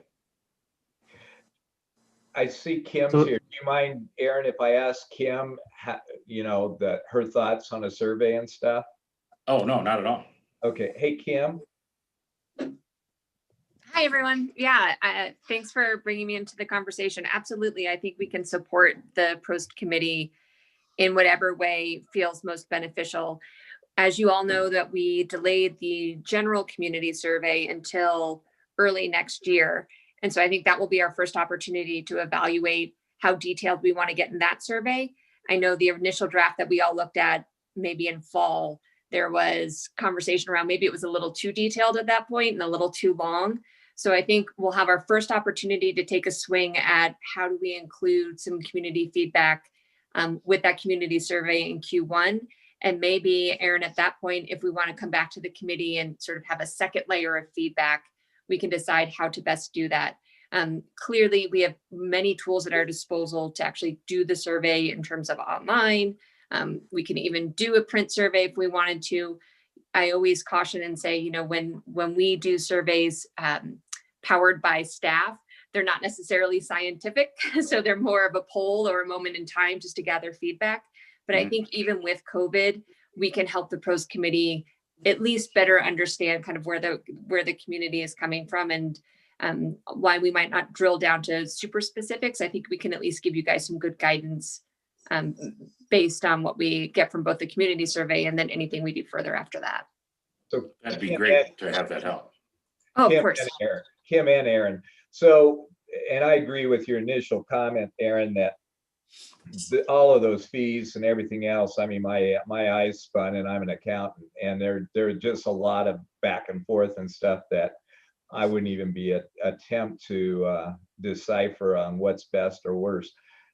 Is because it's so detailed, should we have a separate survey for Prost, or should we have it as part of the general survey that we're going to do for the whole town? And I'm asking both of you.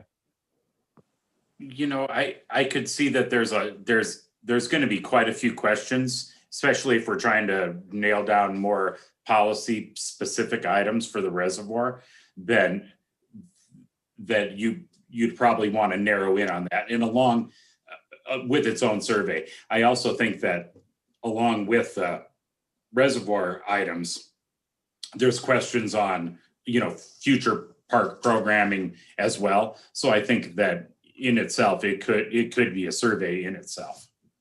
Okay. Kim? I completely agree, Aaron. I think if we're going to drill down like that, let's not,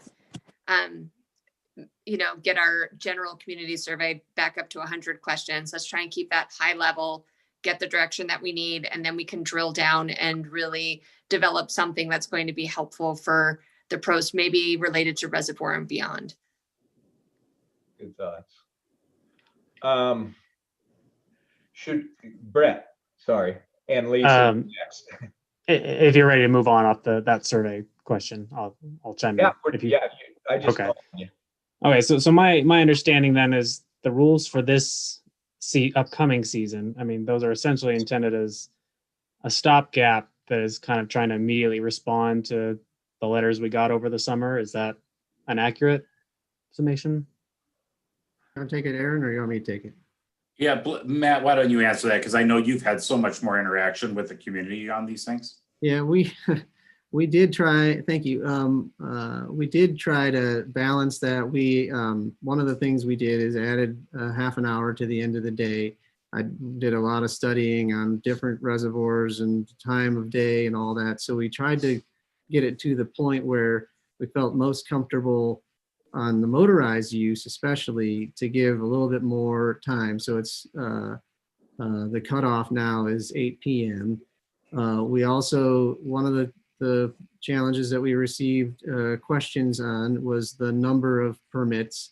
The 51st person wanted a permit and we ran out. So they wanted to get one. So we bumped it up to 60 permits for motorized boats. We also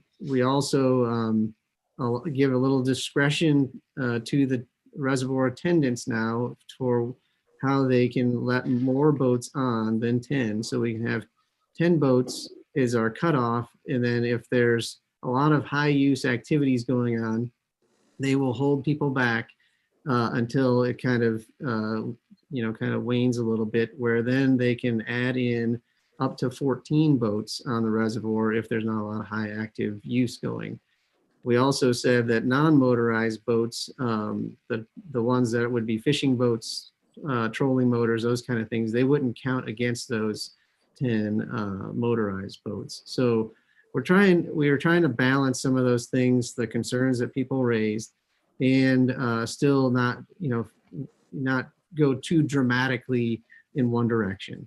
So we moved a little bit more in that direction, but not full, 5 days a week, or 6 days a week or whatever. We tried to keep some of those same limits on because we do have a larger population of non-motorized users than we do motorized users. Okay. Lisa. I'll just add one more comment, then I'll be done. No, you're okay.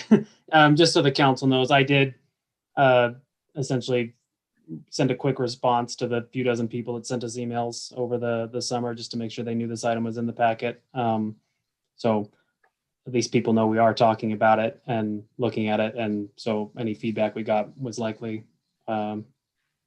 hopefully spurred by some of that. So we at least started that process of outreach a little bit, and hopefully we'll really press on that. Mayor, if you don't mind, I want to tag on to what Brett just said. So we did get 2 public comments, and Aaron referenced those earlier. You have those, and they were both brought up issues that were related to the motorized boating time and those kind of things. One of the places that I've been studying is Windsor Lake in Windsor, and their fee is $450. They only have 20 annual permits allowed. They have a morning and afternoon time, and theirs even more limited than ours. And I know that their reservoir may be a little bit smaller, but I think there's that was kind of a little bit of a benchmark we were trying to use. And ours, the benefit we have is it's geared only with this new policy change. We are focusing on Timnath residents 100%, where only Timnath residents get motorized permits. And with the change that I have suggested in the staff report, those folks that have a non-motorized boat that's trailered, those are only eligible to Timnath residents. And that was something that the committee really wanted us to focus in on, is so none of the GMA and none of the anglers can bring a trailered boat out there. So it's going to help temper some of those kind of concerns where there's parking issues and those types of things. So I think we're trying to, and I know it's not everybody's going to be happy, but I think we're trying to move it in the right direction. And by what you just said, Brett, receiving 2 comments, 2 letters coming in, we didn't get the 6 or 7 other ones that had already commented before repeating their comments. So hopefully we're moving in the right direction. Sorry. Lisa, did you have something you wanted to ask? Yeah, so Matt just answered one of them. I was going to ask if what you've looked at or with other reservoirs or lake areas around the area. You already answered that one for me. I would also suggest that, after we collect all community survey data, hopefully we'll take good numbers this summer just to kind of see how this the new policy kind of works, and that way maybe at the end of the next summer we can kind of just reevaluate where we're at and any changes that need to be made. A quick question that I had was, so it says that residents are now, it includes up to 4 guests, and that the current policy is 8 guests, and that you can purchase guest passes But then in another spot, it says that you can bring people 16 and under for free. So if I'm bringing guests, are children under 16 part of that for guests, or is that not? It seems like it was almost contradicting each other. Lisa, I was Let's- just kind of scrolling for it. So Yeah, so it said, oh goodness, now you're gonna ask me. Find it here. I read it earlier.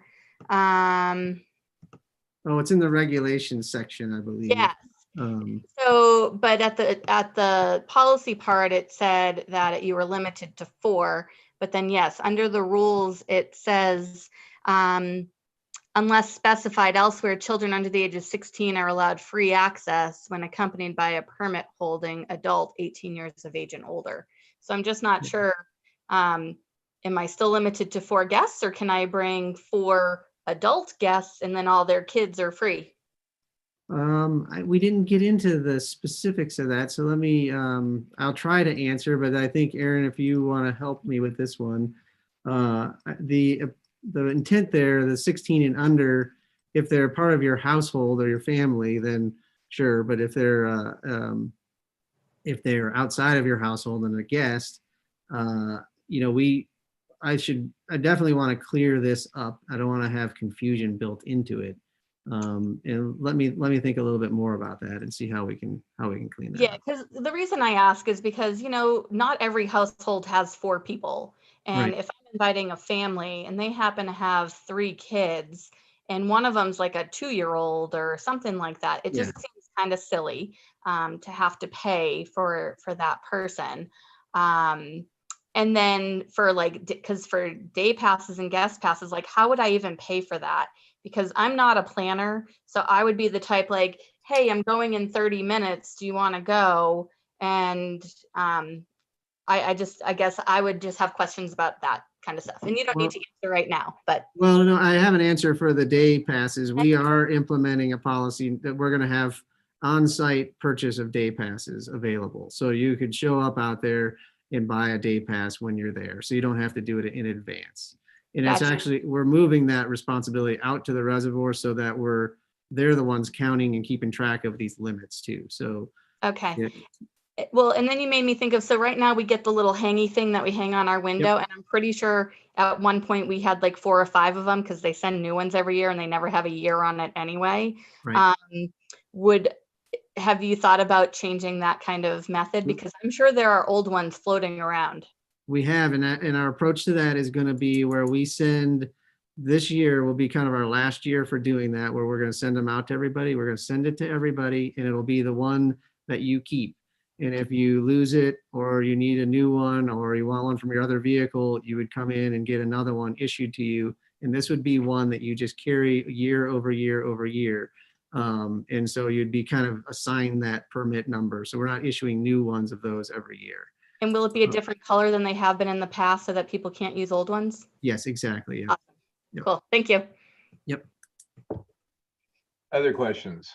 I'll add just one more suggestion, maybe perhaps for the pros committee, since the pros committee is meant to kind of represent varied interest groups on the reservoir and other issues.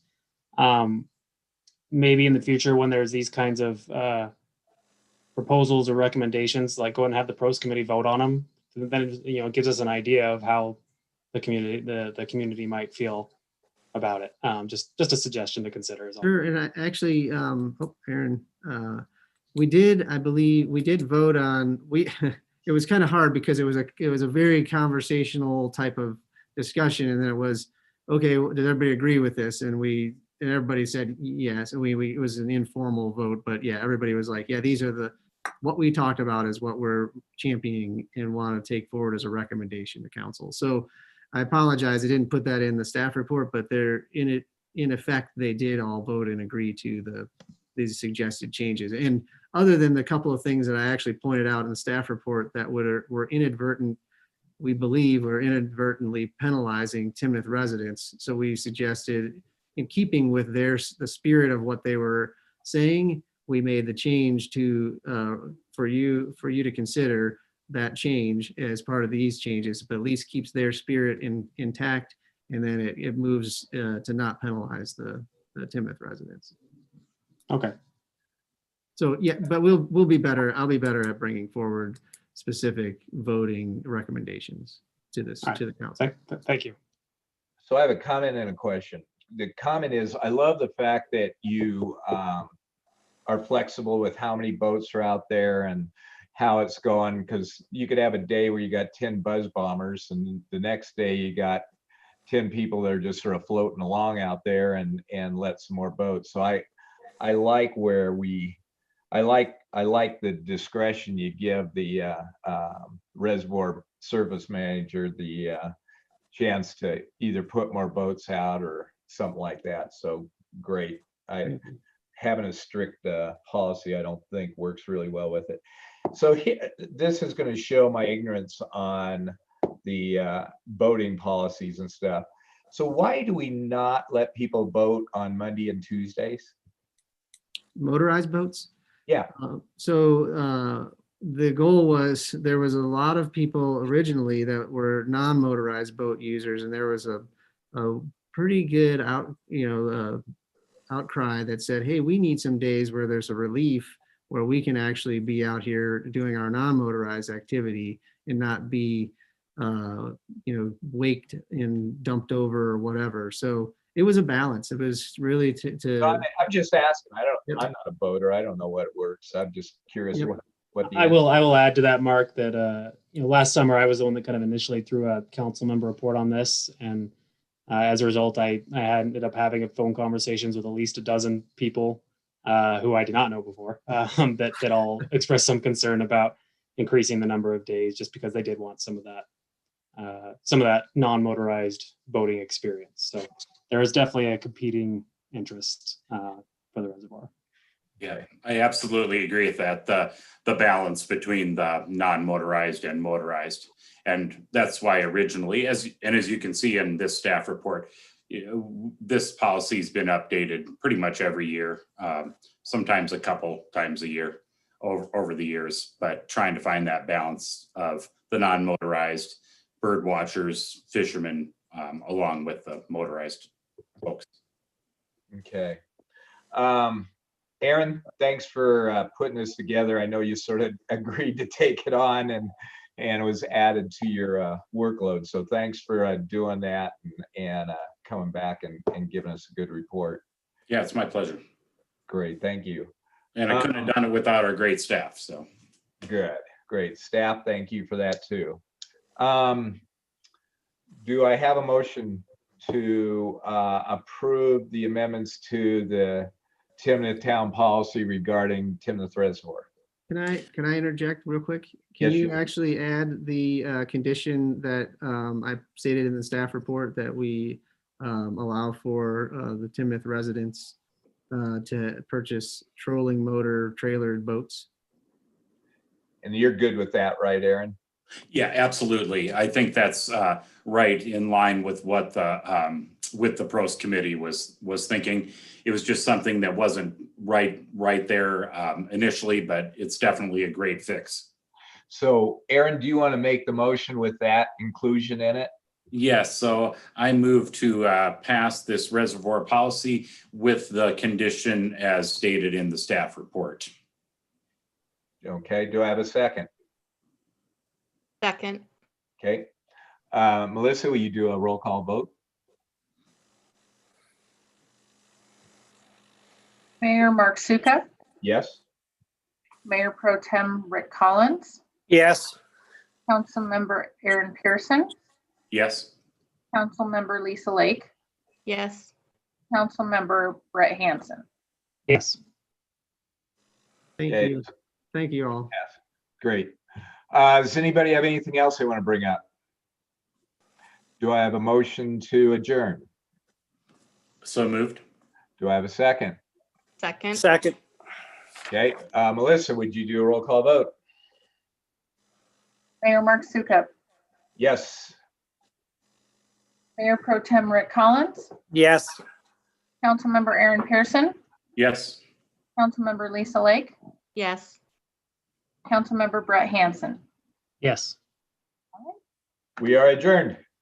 Thanks, everybody. Thanks, everybody. Thank you.